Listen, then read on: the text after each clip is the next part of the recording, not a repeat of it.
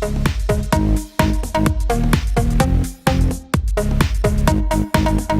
to Launch, business insights for leaders by leaders. Free to subscribe to, follow, and share.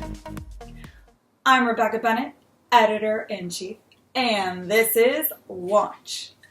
Our topic for today is something that all executives and business owners should be savvy in, because if not, it could result in devastating consequences.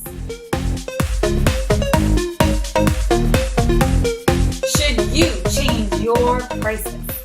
This is often a question asked by business owners and managers.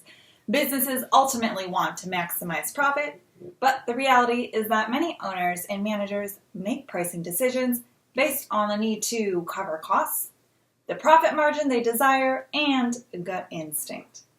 Although very valid factors to take into consideration, these ideas alone can get you into trouble. Now, let's move on to our case study. Don't let this happen to you. Ron Johnson was the former head of Apple retail stores and former VP of merchandising at Target, a Stanford grad, and Harvard MBA. As a CEO of JCPenney, he was looking to maximize profit by increasing in-store sales. Taking the idea from a study that concluded that consumers responded strongly to sales and discounted prices, he decided to implement a strategy similar to Walmart's to offer goods at everyday low prices. His thought was that if goods are on sale all the time, that this would boost sales.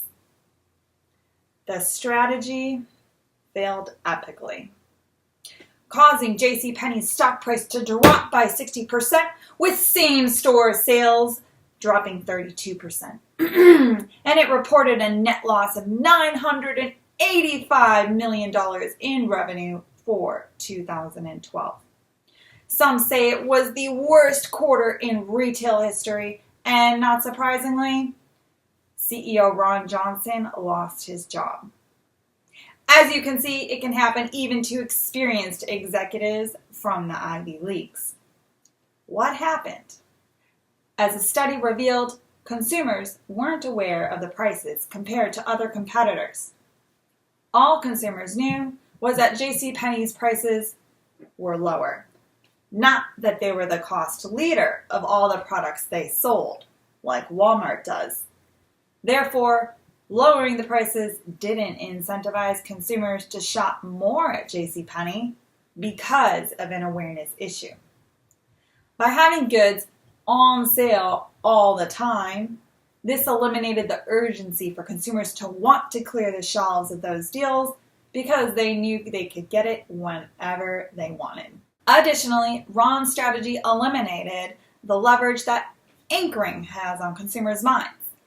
That is, when you display the regular price in contrast to the sales price, it provides a reference point for the consumer to assess if they're getting a good deal. And without it, how would consumers know if they're getting a good deal if they're not aware of the price points in general? So what should Ron have done instead? He could have conducted a pilot experiment to test his theory. From this, he could have seen that his strategy didn't work and modified it. In this pilot, we would have liked to see Ron select a few stores to sell at the everyday low price to get an idea of what demand would be compared to previously. From the new data, he would have been able to plot a simple customer demand curve.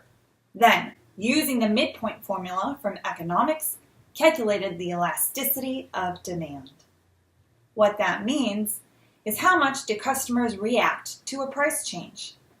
The degree of elasticity that would have resulted would have been less than 1, meaning Ron would have seen that demand was inelastic, or that people's buying behavior did not increase substantially with the new price drop.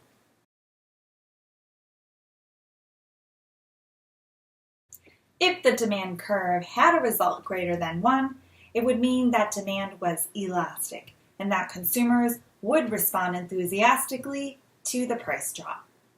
To demonstrate, let's look at a hypothetical example. Ron would have to take the current price, P1, and multiply it by the quantity sold, Q1, to establish what his starting revenue was. Then, he would do the same thing at the new price, P2 times Q2. As you can see per the inelastic demand curve, at the original price, JCPenney's revenue drops by 10%, but then sales only increase by 4%. So as a result, negative 10% plus 4% equals a negative 6% loss in revenue. The drop in price was not sufficient to boost sales and cover the loss. On the other hand, if JCPenney's demand curve was more elastic, like the graph above, then the 10% drop in price would have been more than covered by the 20% gain in sales, resulting in a profit gain of 20% minus 10% equals 10%. By calculating elasticity and forecasting revenue using the elasticity of demand curve, Ron could have saved JCPenney from losing revenue and kept his job. What do you think Ron should have done instead? One possibility is Ron could have started a price match program.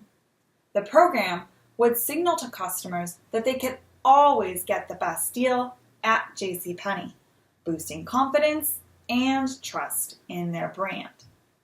Additionally, not all customers would remember to use the program, and therefore preventing all sales occurring at the margin, and giving JCPenney the opportunities to still sell some items for a larger profit margin than at rock bottom. Best Buy, Target, and Toys R Us have had much success with this, and in fact, this is something that JCPenney subsequently ended up doing. Remember the story of JCPenney when deciding to change your pricing strategy. Using tools such as pilot programs and demand curve elasticity can help you properly forecast future revenue and develop a winning price strategy. You can follow us on LinkedIn, Facebook, and Twitter. And if you thought this video could help someone you know make the right pricing decision, share it. And don't forget to subscribe at the link here so you can be notified when we post new content. And if you have a story on a price-changing strategy and how it impacted sales, feel free to share it with us and be featured on Launch. And that's a wrap.